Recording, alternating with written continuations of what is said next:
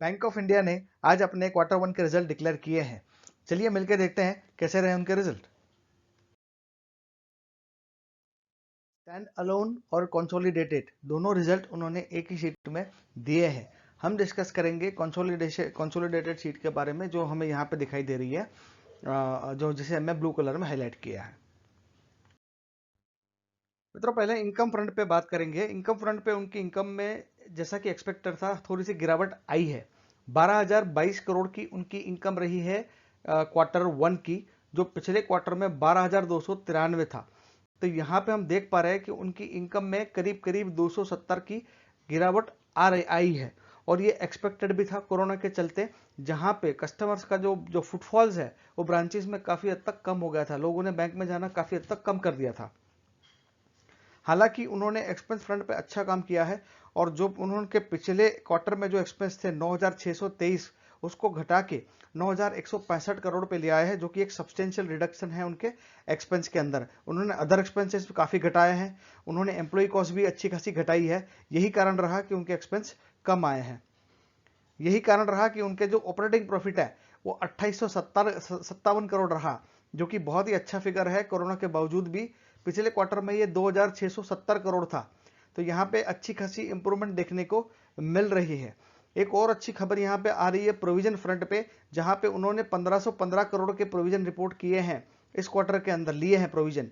और जो पिछले क्वार्टर की बात करें तो 8,155 करोड़ के आसपास का था, तो ये 8,000 से सीधा 1,515 तक आ गया है। तो ये इतना रिडक्शन कैसे हो गया वो समझना थोड़ा सा मुश्किल जरूर है, क्योंकि मोरेटोरियम के चलते उम्मीद ये थी कि प्रोविजंस बढ़ेंगे, लेकिन ये यहाँ पे कम होते दिखाई दे रहे हैं। तो उसके बाद अगर बात करें उनका जो ऑर्डिनरी शेयर बिफोर जो टैक्स रहा उनका, before ordinary activities before tax की, तो वो जैसा हम यहाँ पे देख पा रहे हैं वो 1,341 करोड़ के आसपास का रहा है। मित्रों, यही कारण रहा कि जो उनका नेट प्रॉफिट है वो इस बार अच्छा खासा बढ़ के 845 करोड़ पे चला गया, जो पिछले क्वार्टर में 3600 करोड़ का लॉस था। हालांकि उनके जैसे हमने बताया कि पिछला साल का फर्स्ट क्वार्टर भी अच्छा था, जहां उनको 154 करोड़ का प्रॉफिट हुआ था। तो फिलहाल तो ये फिगर काफी अच्छे लग रहे हैं, और यही कारण रहा कि इनका अर्निंग पर शेयर जो इस क्वार्टर में है वो बढ़ के 2.58 रहा। हालांकि हमें ये चीज ध्यान में रखनी चाहिए कि प्रोविजन उन्होंने काफी कम लिए हैं। अगर बात करें उनके एनपीएस की, तो जैसा हमने कहा है कि एनपीएस फ्रंट में उनका चिंता का विषय जरूर बना हुआ है।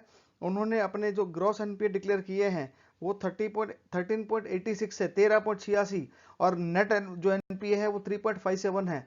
तो जो उनके पिछले क्वार्टर के जो फिगर है उससे थोड़ा ये इंप्रूव होता हुआ दिखाई दे रहा है। अभी बात करते हैं रिसेंटली आई हुई कुछ न्यूज को लेके। जैसा आपको पता ही है कि पब्लिक सेक्टर बैंक जो भी है वो काफी टाइम से प्रॉब्लम में चल रहे हैं, और गवर्नमेंट ने डिसाइड किया है कि वो अपनी हिस्सेदारी कुछ हद तक इसमें बेचेगी।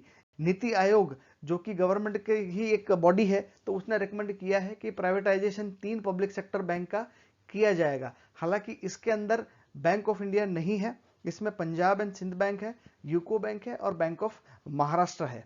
हालांकि जो नीचे की खबर आप देख रहे हो उसमें भारतीय स्टेट बैंक समेत 6 बैंकों में बड़ी हिस्सेदारी एक साल में बेचने की तैयारी आरबीआई ने किया है।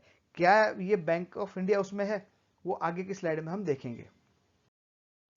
जी हाँ मित्रों, ये है वो आर्टिकल, तो हम इसमें आराम से पढ़ेंगे उसको।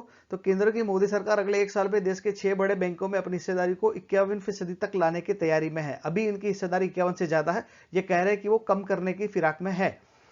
सूत्रों के मुताबिक भारतीय रिजर्व बैंक ने केंद्र सरकार को अगले 12 से 18 महीने में इन बैंकों में हिस्सेदारी बेचने का सुझाव दिया है। तो आरबीआई जो बैंक की गवर्निंग बॉडी है, तो गवर्नमेंट ने उन्होंने केंद्र सरकार को कहा है कि 12 से 18 महीने में हमें कुछ हिस्सेदारी इसमें बेचनी चाहिए। विनिवेश की पक्की प्रक्रिया जो को तेजी से अंजाम देने में जुटी मोदी सरकार का यह अहम कदम हो सकता है। बिजनेस स्टैंडर्ड की रिपोर्ट के मुताबिक भारतीय स्टेट बैंक मतलब SBI, Punjab national bank, bank of Baroda, Canara bank, union bank of India और बैंक ऑफ इंडिया, देखिए बैंक ऑफ इंडिया का नाम इसमें आया लास्ट में, को इसके लिए चुना गया है। तो इसका मतलब ये हुआ कि बैंक ऑफ इंडिया के अंदर भी आने वाले टाइम के अंदर बैंक जो गवर्नमेंट है वो अपनी हिस्सेदारी बेचेगी। सूत्रों के मुताबिक आरबीआई के सुझाव से केंद्र सरकार को सकारात्मक से लिया गया है, और ये छह बैंक को करेंगे तो केंद्र को इनको 43,000 करोड़ रुपए के आसपास की रकम जो है वो मिल सकती है। तो जैसा हमने पता है कि जो पब्लिक सेक्टर बैंक है उसमें पब्लिक के पैसों का काफी मिसयूज हुआ है, अनाप शनाप लोन बांटे गए, आपको भी पता है। तो इसको अभी गवर्नमेंट भी चाहती है कि बहुत सही जगह पर डिसइन्वेस्टमेंट कर रही है। हमने रेलवेज में भी देखा, अब रेलवेज में भी कुछ पोर्शन वो प्राइवेट को दे रहे हैं। तो बैंक में तो डिसइन्वेस्टमेंट की टाइम बात चल ही रही है काफी टाइम से। तो यहाँ पे एक अच्छा हमको मुंह देखने को मिल सकता है कि प्राइवेट सेक्टर को कुछ हिस्सा इससे चला जाएगा। तो ओवरऑल इन बैंक्स के लिए अच्छा रहेगा, प्राइवेट प्लेयर्स आएंगे जिनको जो एक्सपर्ट्स है फील्ड के, और उसमें गवर्नमेंट इंटरफेरेंस काफी हद तक कम हो जाएगा। तो ये बैंक जो है वो प्रॉफिटेबल होने की प्रोबेबिलिटी है वो आने वाले टाइम में बढ़ सकती है। मित्रों, ये है पिछले 5 साल के इस बैंक का परफॉर्मेंस। कैसा रहा उनके टोटल इनकम का परफॉर्मेंस, चलिए देखते हैं। ये 45,000 करोड़ के आसपास का उनका इनकम था, फिर 46 हुआ, फिर 44 हुआ, 46 हुआ, ये 49 हुआ। तो ये 45 से 50,000 करोड़ के बीच में उनकी टोटल इनकम जो है वो घूमती रही है। सब्सटेंशियल जंप नहीं है, लेकिन एक स्टडी ग्रोथ से बढ़ तो रही है। लेकिन नेट प्रॉफिट की सीन क्या है? नेट प्रॉफिट के नाम पे भैया अब तक कुछ नहीं मिला। ये 6,003, ये लॉस ही लॉस दिख रहा है। 6,300 का लॉस, 1,500 का लॉस, 6,000 का लॉस, 5,500 का लॉस, और ये करीब करीब 3,000 का लॉस। तो लॉस की इनकी परंपरा जो है वो अब तक तो चलती आई है। देखना ये होगा कि आने वाले टाइम में क्या होगा। ये क्वार्टर इनका अच्छा रहा है, लेकिन क्या वो आगे के क्वार्टर में सस्टेन कर पाएंगे, वो देखना इंटरेस्टिंग होगा। इनके आप देखिए ग्रॉस एनपीएस वगैरह में भी 13, 17, 16, 15, और अभी भी जो फिगर रिपोर्ट गया वो 14 के आसपास ही है। नेट एनपीए उनके 8 थे, फिर 7 हुए, 8 है, 5 है, 3 है। तो नेट एनपीए में देख रहे हैं कि हम नेट रिडक्शन हो गया है। तो हो सकता है कि ये शेयर जो है वो बॉटम आउट हो चुका हो, तकलीफ के चलते, प्रॉब्लम के चलते ये काफी टाइम से जो है वो अंडर वैल्यू होते रहे हैं, उसका वैल्यूएशन घटता रहा है। तो अब ये काफी तक बॉटम में आ गया है। तो लॉन्ग टर्म इन्वेस्टमेंट के पॉइंट ऑफ व्यू से ये एक सही समय भी हो सकता है सही पीएसयू बैंक के अंदर, क्योंकि जितनी भी उनकी धुलाई होनी थी वो धुलाई इनकी हो चुकी है। और अब इनके जो है वो gross NPA and net NPA बढ़ रहे हैं। सरकार भी अब काफी एक्टिवली काम कर रही है, आरबीआई का अच्छा खासा कंट्रोल है, प्राइवेटाइजेशन की बात भी हो रही है। तो हो सकता है कि ये बैंक्स के लिए इटसेल्फ अच्छा टाइम रहे। तो हमें मतलब हम नहीं कह रहे कि अभी आप ले लें या वो आपको डिसाइड करना है, लेकिन एक सही इस बैंक के परफॉर्मेंस के ऊपर अगर हम नजर रखेंगे सारी पीएसयू बैंक के ऊपर, और एक ऐसा बॉटम पे अगर चूज कर लेंगे कि हाँ अब ये सही वैल्यूएशन पे आ गई है और अब इसमें निवेश किया जा सकता है, तो वो आपके लिए लॉन्ग टर्म में 10, 15, 20 साल के नजरिए से काफी फायदेमंद हो सकता है।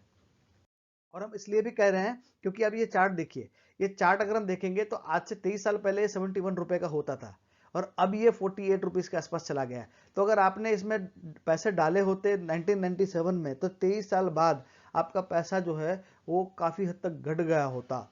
तो अब ये बॉटम आउट हो चुका है। लेकिन जैसा हमने कहा कि अगर इसमें ये जो प्रॉब्लम्स हैं इनके, और प्रॉब्लम्स उनके एनपीएस का ही है कि भाई लोन देते हैं, लेकिन वो अगर वो रिसीवेबल्स अगर कंट्रोल कर लेते हैं, और जैसा भी उन्होंने काम शुरू किया है, तो हो सकता है कि अब ये इनका बॉटम हो। अभी ऑलरेडी बॉटम पे आ गया, इससे और नीचे क्या जाएगा?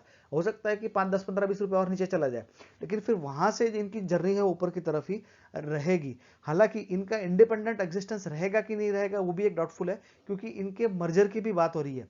अब सरकार ने कहा है कि जो भी छोटे छोटे बैंक है या इतने सारी बैंक सरकार कह रही है हमको नहीं चाहिए, तो बहुत सारी बैंक को कंसोलिडेट करके वो कह रहे हैं कि हम एक बड़ा बैंक ही बनाएंगे। और उन्होंने कुछ कुछ केस में ऐसा किया भी है। बहुत सारी बैंक हमने देखी है, स्टेट बैंक ऑफ सौराष्ट्र है, बैंक ऑफ हैदराबाद है, वो सारी ऑलरेडी अब उसका एग्जिस्टेंस नहीं है। महिला बैंक है, तो वो सारी अब उसका एग्जिस्टेंस नहीं रहा। अगर बात करें उनके जो फिगर की कंसोलिडेशन की, तो अभी तो कुछ देखने लायक इनके नहीं है फाइनेंशियल्स। इंडस्ट्री पी 14-31 के आसपास का है, लेकिन क्योंकि ये घाटे में चल रहा है तो अर्निंग पर शेयर कुछ भी नहीं है, इसलिए पीई भी नहीं है। तो अभी तो ये फिगर एक्चुअली देखने का कोई मतलब नहीं है। मित्रों, हम यहीं पे अपना वीडियो समाप्त करेंगे। ये वीडियो आपको कैसा लगा हमें जरूर बताएं, लाइक करें, कमेंट करें, शेयर करें, सब्सक्राइब करें। वीडियो देखने के लिए बहुत बहुत धन्यवाद।